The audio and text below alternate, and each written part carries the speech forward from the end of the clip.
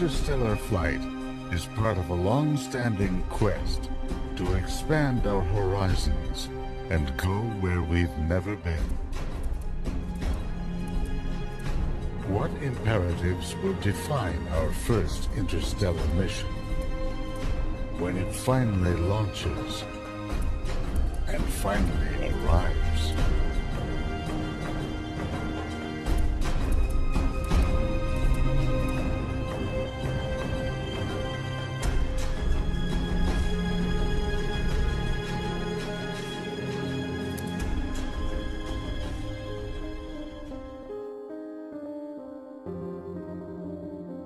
A future journey beyond our solar system has been compared to the great human migrations of the past. One of the greatest spanned the uncertain reaches of the Pacific Ocean. It began 8,000 years ago with the arrival of people on Taiwan off the coast of China.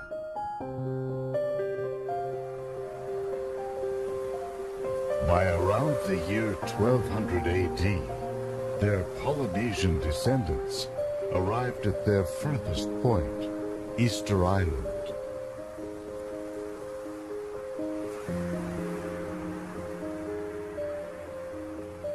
In 1,000 small journeys, moving from island to island, a seafaring culture emerged. What are the Tongas, the Fijis, and Easter Islands of the future? Astronomers are now searching in the near regions of our galaxy. They have identified 3,841 planetary candidates. Nearly 1,100 have been confirmed. The vast majority are Neptune or Jupiter-sized planets that orbit close to their parent star. By one recent estimate, based on data from the Kepler Space Telescope, our galaxy has 9 billion stars with planets roughly the size of Earth, with conditions that could support life. The nearest possibility is a 3-star system called Alpha Centauri at 4.37 light-years less than our own Sun, while B is slightly smaller. A team of European astronomers working at the European Southern Observatory in Chile recently detected a subtle wobbling in the light of B. It could be a sign of tugging from a planet's gravity. If a planet is there, it literally hugs its parent star, with an orbit that's even closer than Mercury is to our Sun. It's probably molten, with surface temperatures in excess of 1,000 degrees centigrade. Are there other planets far enough out for liquid water to flow? That prospect is the subject of intrigue in science and science fiction. Alpha Centauri is the fictional location of Polyphemus, a giant gas planet, and its moon Pandora, from the movie Avatar.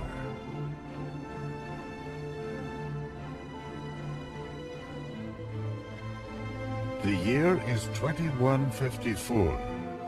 Earth has been ruined by environmental catastrophe.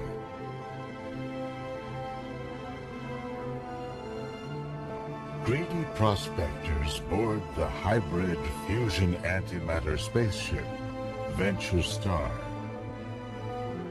They descend on an innocent hunter-gatherer people called the Navi. Could such a place exist this close to home?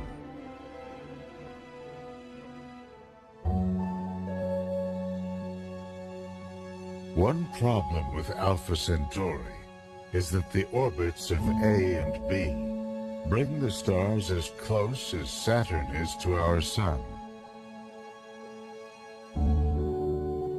This means that planets further out could have been pulled away and flung out into space.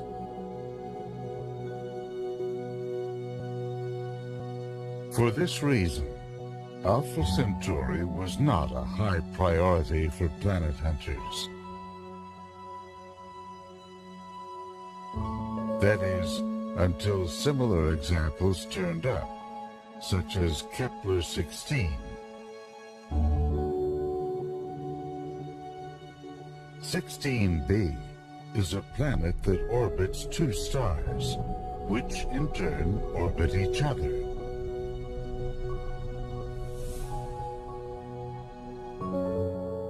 Or Gliese 667, a triple star system 22 light-years from Earth. 667c is a red dwarf, one-third the mass of our Sun, with 6 planets in its fold.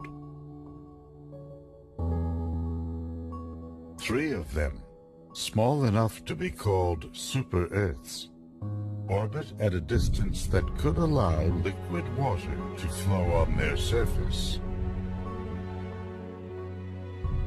That opens the possibility that planets may have survived in the Alpha Centauri system.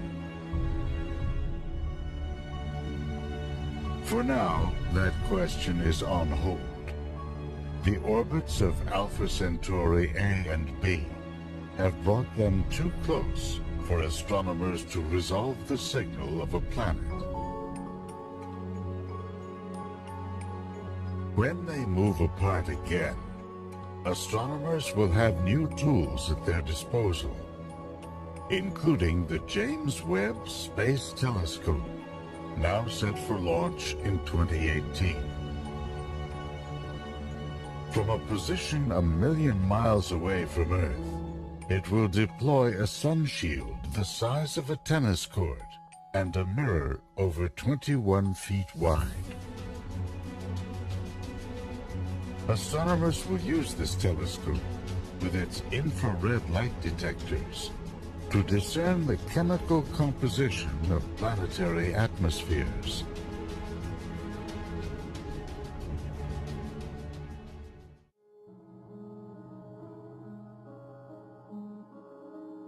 Here are Alpha Centauri A and B, as seen by the Cassini spacecraft just above the rings of Saturn.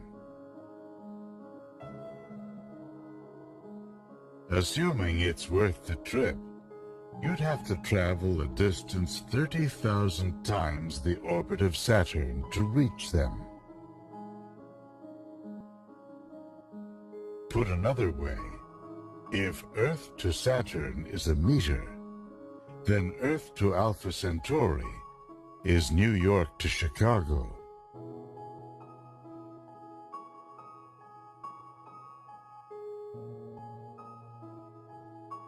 To put the journey into perspective, consider Voyager 2, now on its way out into the galaxy.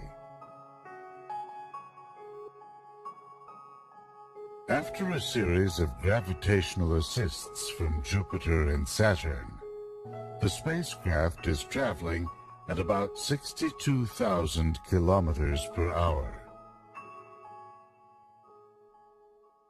If it were headed in the right direction, it would need another 73,000 years to reach Alpha Centauri.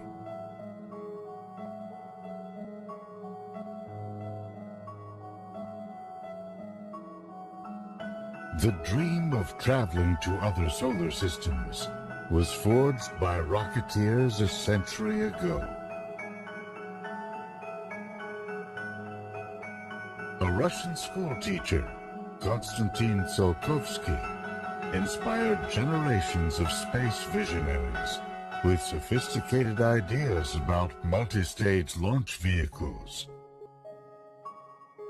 He imagined the construction of space stations in Earth orbit and eventually permanent space colonies.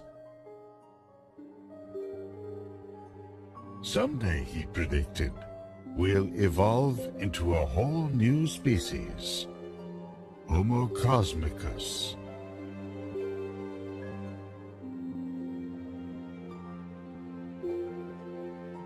Since then, rocketry's greatest advances have centered on ways of containing explosive propellants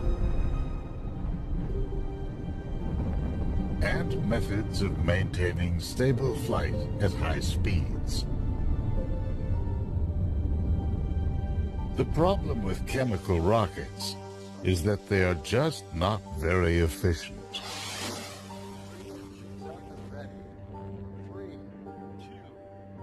To reach the speed needed to escape Earth's gravity, 25,000 kilometers per hour,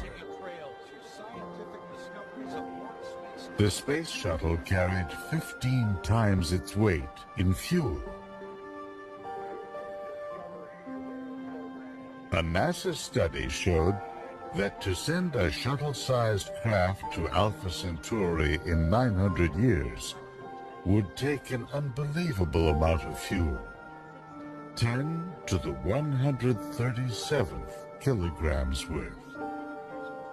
That's more than the entire visible universe. There are several promising advanced propulsion concepts on the drawing board, including fuel-efficient plasma engines, which accelerate a spacecraft gradually to high speeds. It won't get us to Alpha Centauri in anything close to a human lifespan. To go that far and that fast, a pre-Apollo project called Orion called for a series of controlled nuclear explosions to propel a spacecraft to high speeds. The project died amid concerns about the impact of nuclear explosions on the environment. Back in the 1970s, a group of scientists unveiled designs for Daedalus. This giant fusion-powered craft would have had to carry 50,000 pounds of fuel. The plan was to accelerate to 12% the speed of light and reach a nearby star in 50 years. Other plans have included ramjets with vast magnetic fields that scoop up a fuel supply of hydrogen ions, or solar sails powered by the solar wind and by lasers stationed along the way. Then there's the rocket of choice in science fiction, powered by the most potent fuel in nature, antimatter.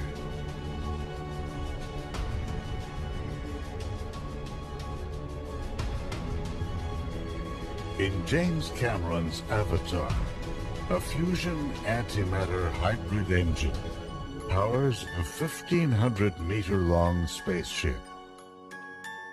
It makes the journey to Alpha Centauri in just 6 years. Antimatter consists of electrons and protons, but with their electrical charges reversed.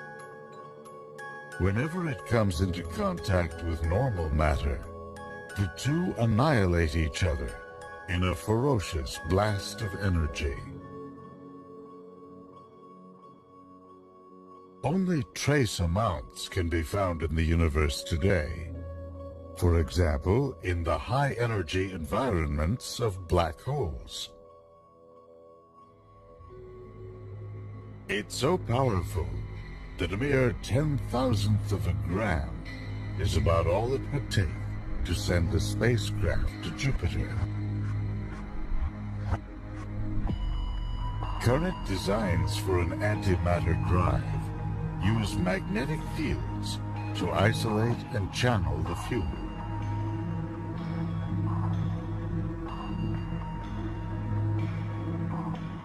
The idea is to merge a stream of protons with a stream of its antimatter opposite, antiprotons. A magnetic field pinches or compresses the combined streams into a narrow beam. Annihilation, then, produces an ultra-high energy laser that shoots out the back of the craft. That causes a recoil effect that pushes on the magnetic field produced by the beam and propels the craft forward. Antimatter can be produced on Earth in giant physics labs like the Large Hadron Collider.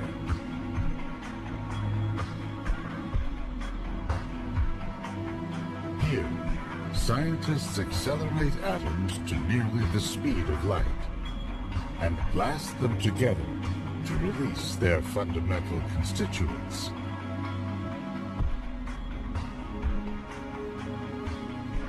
The yield is so small that the cost of producing just a gram's worth of antimatter would be upwards of $100 trillion. And the stuff is so volatile that storing more than a few atoms at a time remains a significant challenge.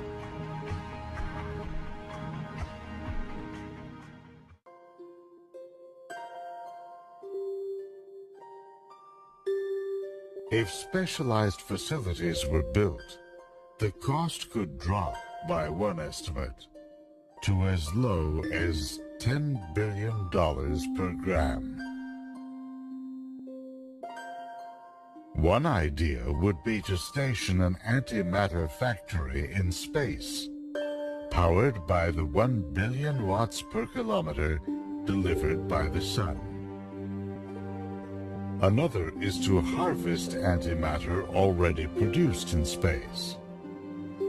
The idea is that cosmic rays interacting with interstellar particles send about a kilogram of antimatter flying into the solar system every second. Some of it has been shown to circulate in radiation belts that surround the Earth.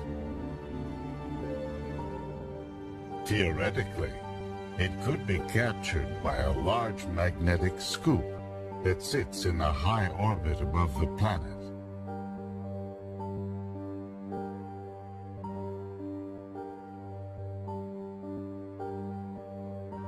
Short of traveling to another solar system, there may be good reasons to develop antimatter propulsion. An interim mission would speed beyond the orbit of Pluto, sending back close-up images of objects in the Kuiper Belt. A longer-distance probe could reveal new details about the Oort cloud, a vast realm of comets that envelops the solar system. Once out there, it could sample interstellar particles or deploy an interstellar telescope. To make it all the way to Alpha Centauri within 50 years, an antimatter probe would have to accelerate to around 10% the speed of light, over 100 million kilometers per hour. High velocity has its perils. At such speeds, even dust has enough mass to destroy the craft. A magnetic shield would be needed to clear the way.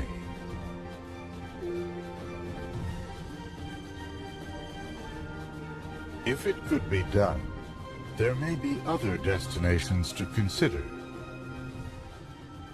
At least 22 stars within 12 light years of Earth.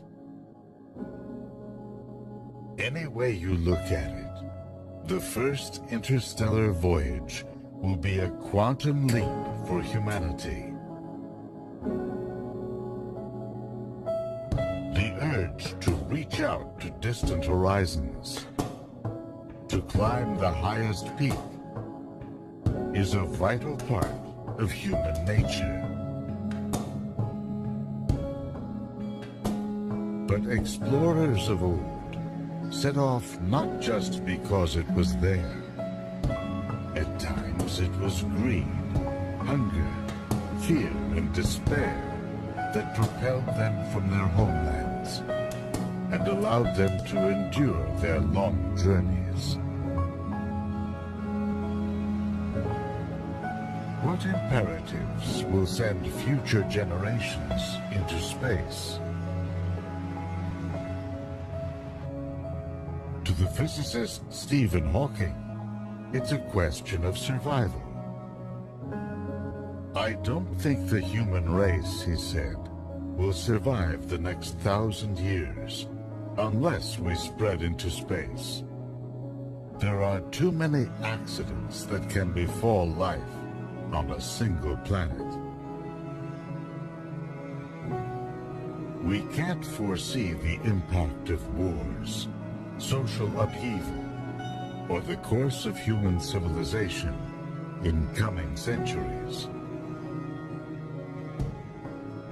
But an early context for the mission may be emerging now. On one hand, the technological advances that might make such a mission possible could revolutionize many other aspects of life on this planet. The ever-increasing number of transistors that can be placed inexpensively on a computer microchip has become a metaphor for the advance of technology. Some observers forecast a steep rise, even an acceleration, in the pace of invention and basic research, and for whole new solutions to the problems of energy, food production, health, and more. In addition, despite the daily drumbeat of violence and war, we are actually living in one of the most peaceful eras in human history. Over the centuries, the number of people killed in battle has steadily dropped as civilizations evolved. With 2 world wars, the 20th century was pretty bad, but the 19th was even worse. In terms of deaths per 100,000, from war, genocide, murder, and other factors, the world is relatively calm. On the other hand, major periods of scarcity and suffering may loom. The last century saw the world's population grow from less than 2 billion to nearly 7 billion today. It may reach 9 to 10 billion by the year 2040.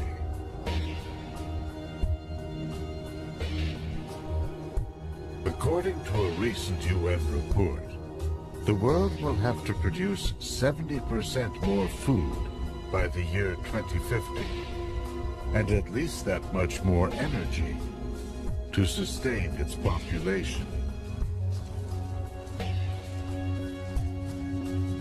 simple, clean water in some regions is already extremely scarce.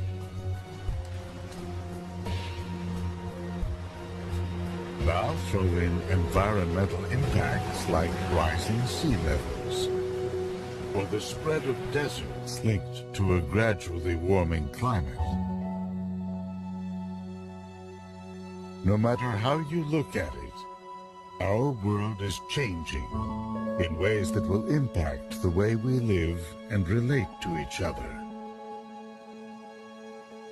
Will technological advancements allow us to halt the degradation of our natural environments and increase the carrying capacity of our planet? Will we find ways to mitigate the effects of war, natural catastrophes, or political upheavals?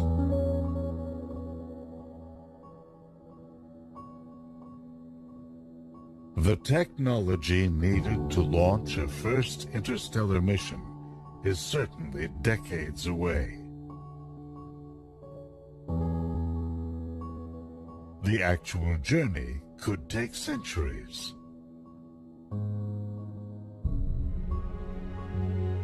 The mission will likely be designed to relay basic information on a world whose light we have studied intensively from afar.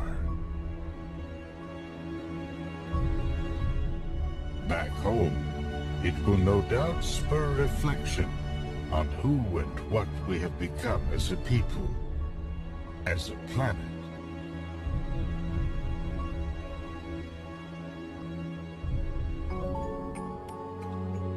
As our cosmic emissary makes its way across the void, we on Earth will continue to struggle in our pursuits of happiness, prosperity, and mere survival.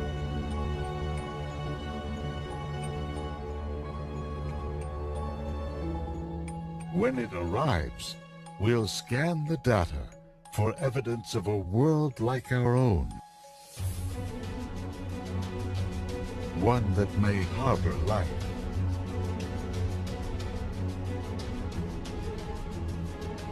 Will we come to explore and expand our knowledge? Or to begin a long journey out into the uncertain reaches of the galaxy?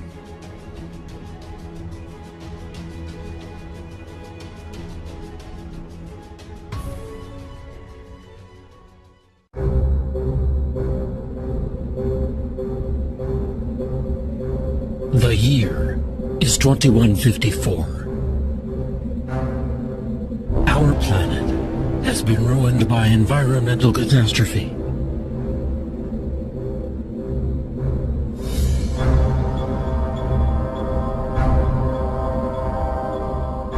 In the movie Avatar, greedy prospectors from Earth descend on the world of an ancient hunter-gatherer people named the Na'vi. Their home is a lush moon far beyond our solar system, named Pandora. Could such a place exist?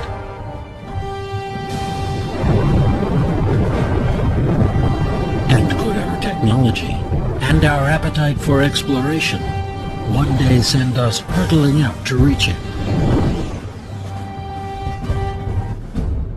In fact, the supposed site of this fictional solar system is one of our most likely real interstellar targets, until a better destination turns up.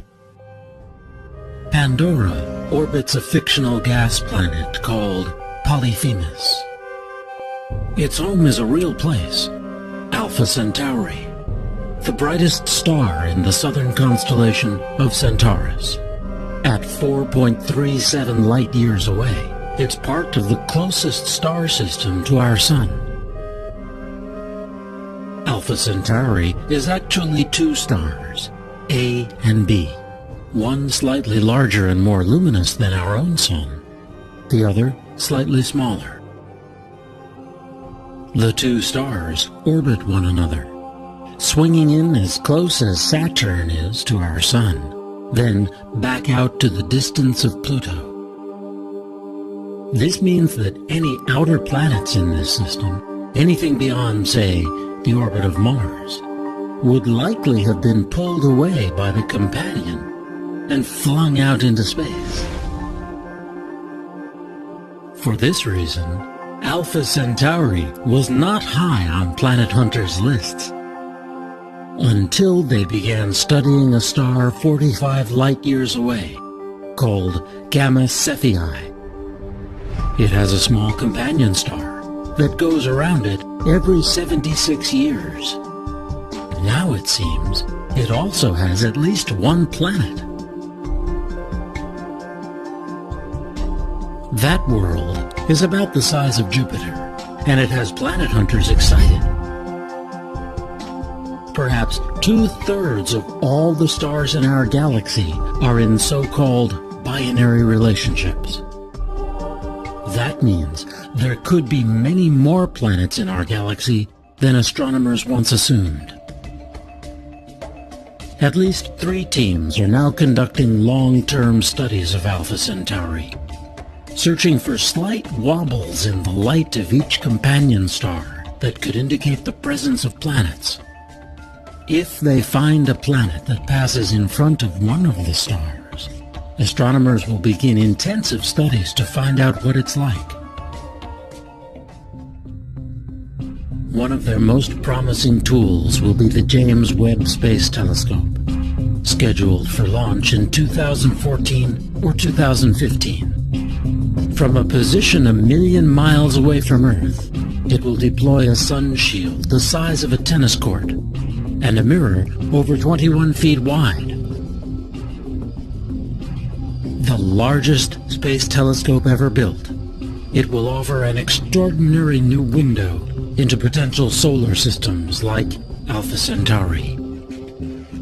With its infrared light detectors, this telescope will be able to discern the chemical composition of a planet's atmosphere, and perhaps whether it harbors a moon like Pandora.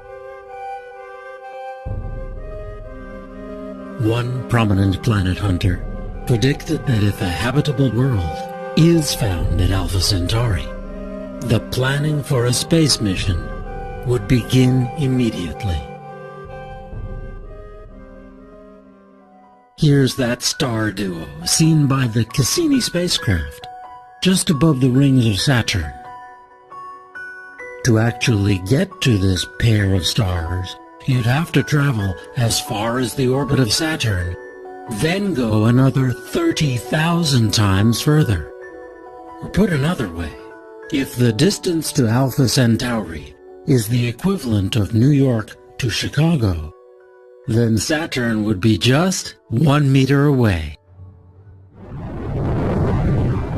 So far, the immense distances have not stopped us from launching missions into deep space.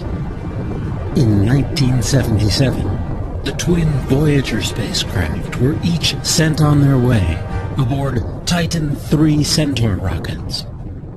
After a series of gravitational assists from the giant outer planets, the spacecraft are now flying out of the solar system at about 40,000 miles per hour. They're moving so quickly that they could each whip around Earth in just 45 minutes. Twice as fast as the International Space Station.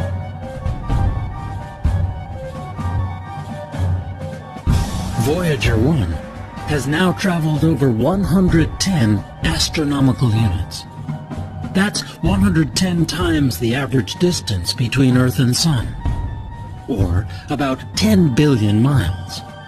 But don't hold your breath.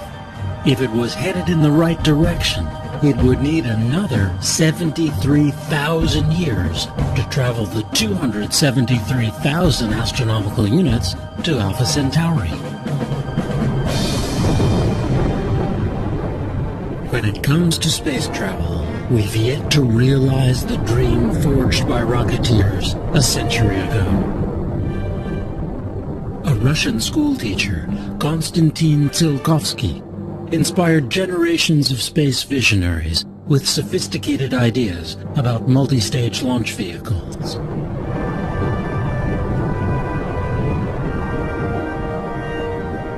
He imagined the construction of space stations in Earth orbit, and eventually vast permanent space colonies. In time, he predicted, we'd evolve into a whole new species, Homo cosmicus.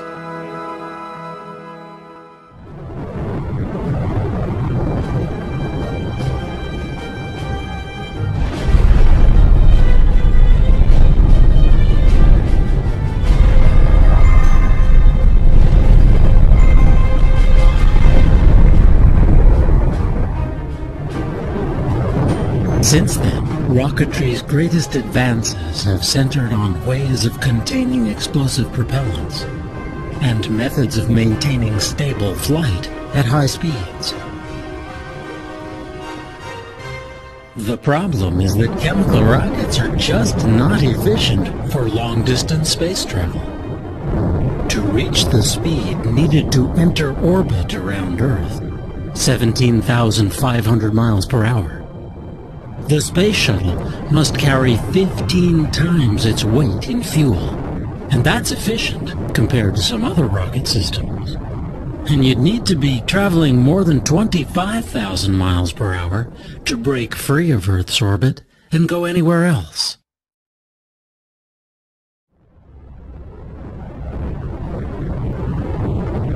A NASA study showed that to send a space shuttle-sized craft to Alpha Centauri in 900 years would take an unbelievable amount of fuel, 10 to the 137th kilograms of rocket propellant.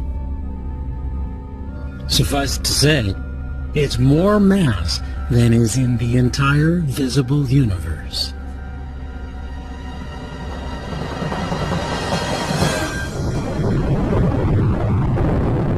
While only a very tiny percentage of NASA's budget goes to advanced propulsion, there are some promising ideas on the drawing board.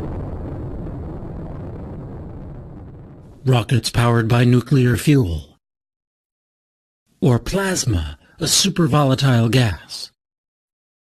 Huge sails pushed along by the pressure of photons from the sun. Ion drives. But to reach Alpha Centauri within a human timescale, we'll have to go with the most potent fuel in nature that we currently know. It's the science fiction fuel of choice, antimatter.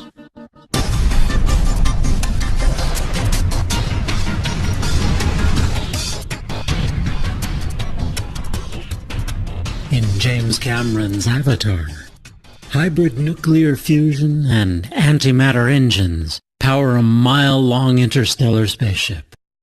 At a speed of 670 million miles per hour, this vehicle makes the journey to Alpha Centauri in just 6 years. Antimatter really does exist, as the mirror image of the universe we know. It consists of electrons and protons, but with their electrical charges reversed. Whenever it comes into contact with normal matter, the two annihilate each other in a ferocious blast of energy.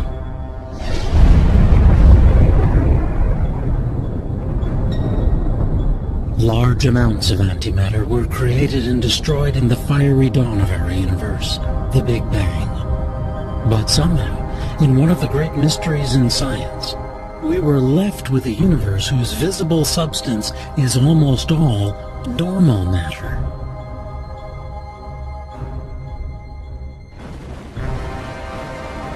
The universe still produces antimatter through powerful collisions, such as a jet from a black hole slamming into a cloud of gas.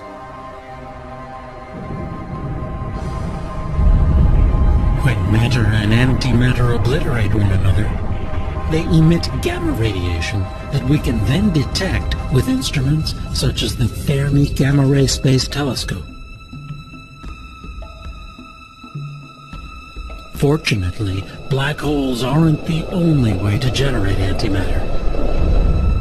In giant labs like the Large Hadron Collider, scientists accelerate atoms to nearly the speed of light and blast them together to expose their fundamental constituents. Small amounts of antimatter can be made this way, but it's incredibly expensive. With a dedicated facility, the cost of producing it might come down far enough to produce usable amounts. And that's the hope of one researcher. Dr. Gerald Smith has been working for over a decade to find a way to trap this volatile substance and store it in isolation from the rest of the universe.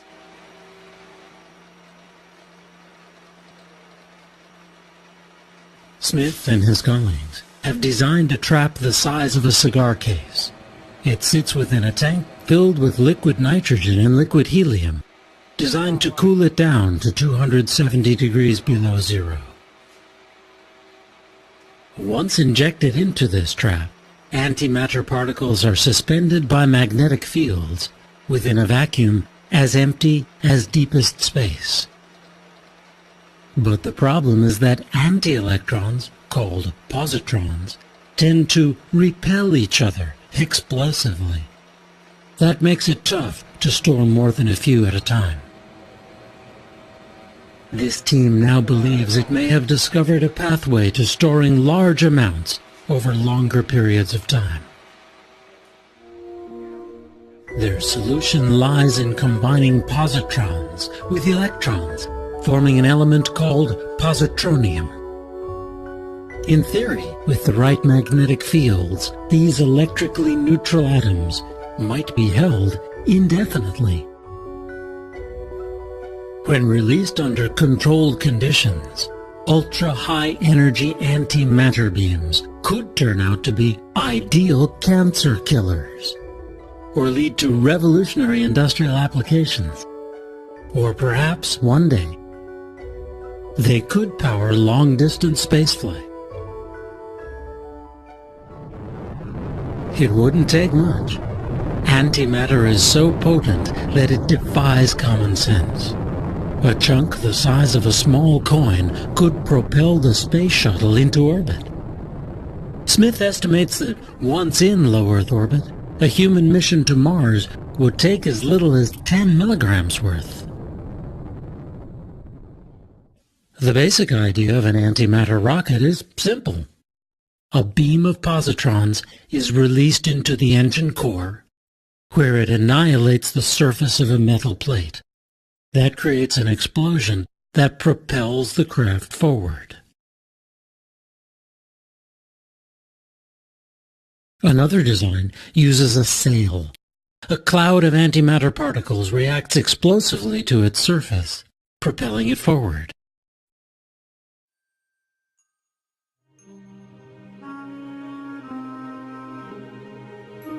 Short of traveling to another solar system, there may be good reasons to contemplate developing antimatter propulsion. A preliminary mission would speed beyond the orbit of Pluto, sending back close-up images of dark planet-like objects that ring the solar system out in the Kuiper Belt. A longer-distance probe could reveal new details about the Oort cloud, a vast realm of comets that envelops the solar system. Once out there, it could sample particles that make up the interstellar medium, or send back unique data sets on dark matter, the invisible stuff that makes up the overwhelming portion of our universe. To make it all the way to Alpha Centauri within 50 years, an antimatter probe would have to gradually accelerate to around 10% the speed of light. That's 67 million miles per hour. It would then gradually decelerate as it approached its destination. At those speeds, hitting even a grain of dust could destroy the spacecraft. So it might be best to slow the journey down to a century or more.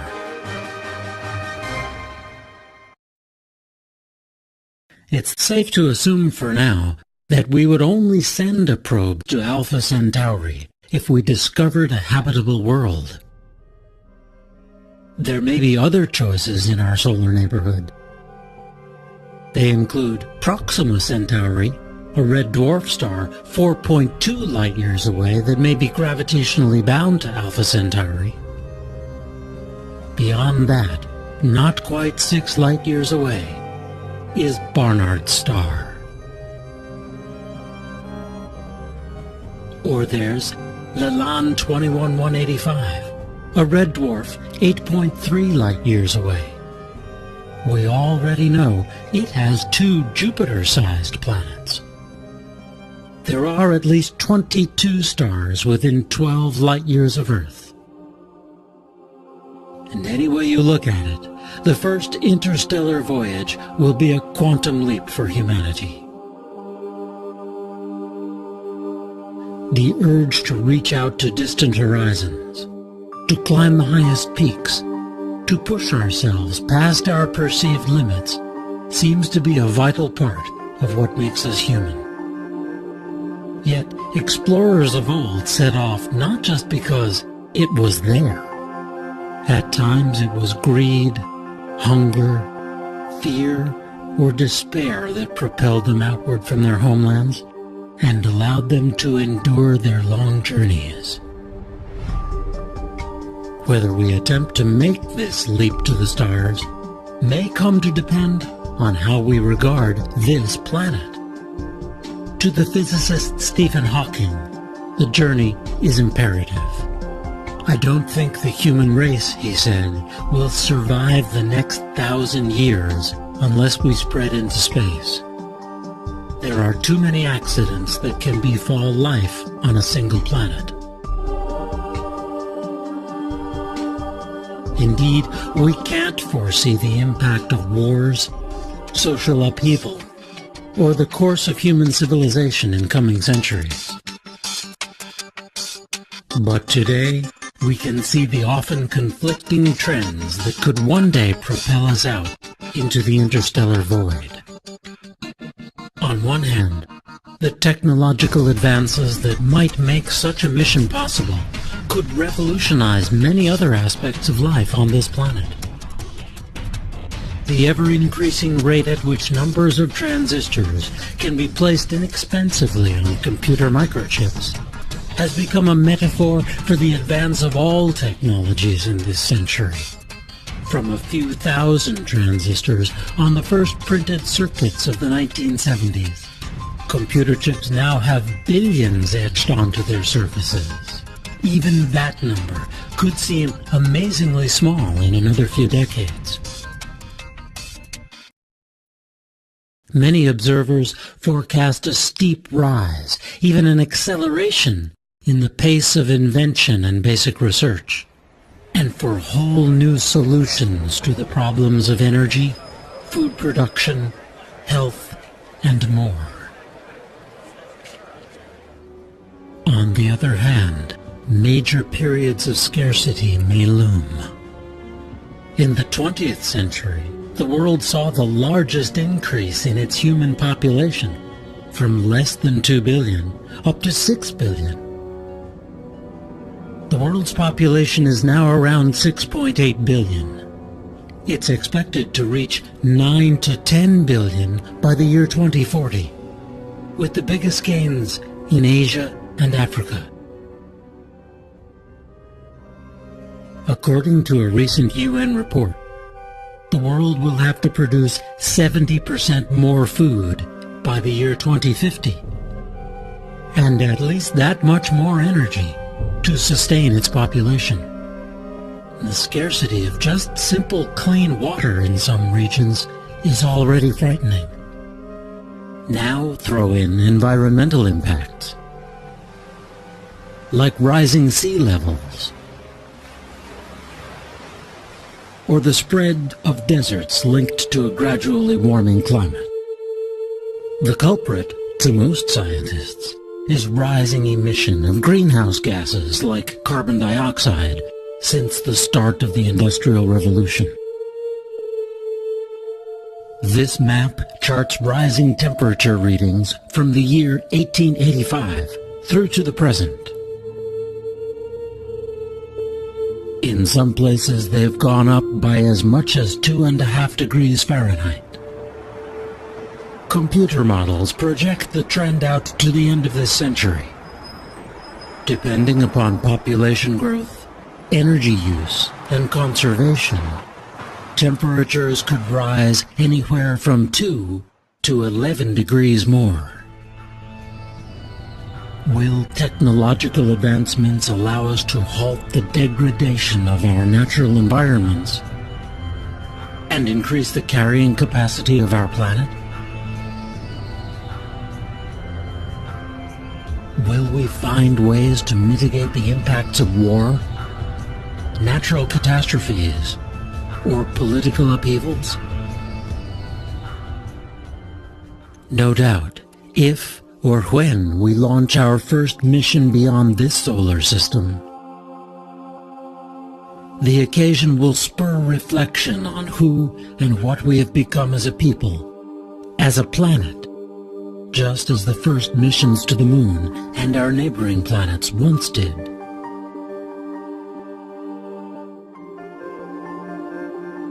At first, we'll send a probe designed to relay basic information on what's there. On a world whose light we have only studied from afar. As this cosmic emissary makes its way across the void, we on Earth will continue to struggle in our pursuits of happiness and prosperity, or of mere survival. When it arrives, we'll scan the data for evidence of a world like our own,